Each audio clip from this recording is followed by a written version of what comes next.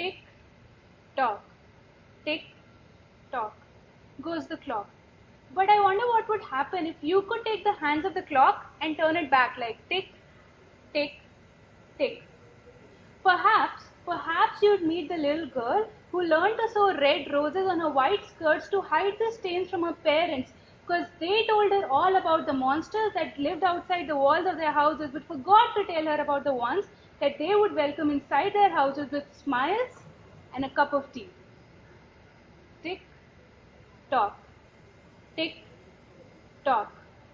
Or perhaps you'd meet the little boy who was told not to cry for the loss of his best friend, who turned out to be a doll left behind by his sister because, you see, boys don't cry and boys don't play with dolls. He's a big boy now, he's learned a big word today. Stereotype. Stereotype. And when he grows older, he'll learn an even bigger word. OBJECTIFICATION. Objectification.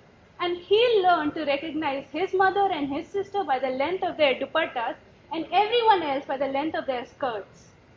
Tick tock. Tick tock.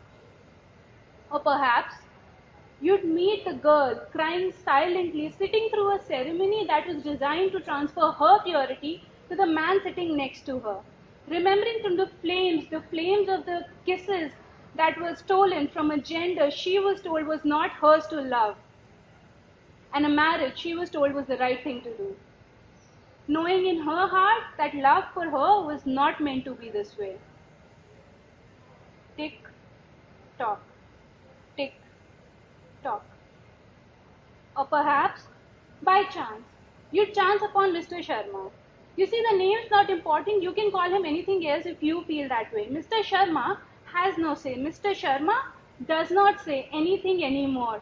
Because on his way back from his office, he was met by a mob of people wearing skull caps and crosses and tilaks alike, asking him just one question. That if not for the sense of an impending punishment, how does he have his sense of morality? Something that would tell him what's right and what's wrong.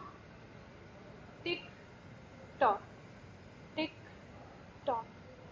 Or perhaps you'd meet the girl who wakes up at midnight to pen down these thoughts and cries as ink turns to blood in front of her eyes, and yet her sanskari upbringing tells her, tick tock, look outside, tick tock, it's dark, tick tock, it's not time yet, tick tock, go back to bed, tick tock, it's not time yet.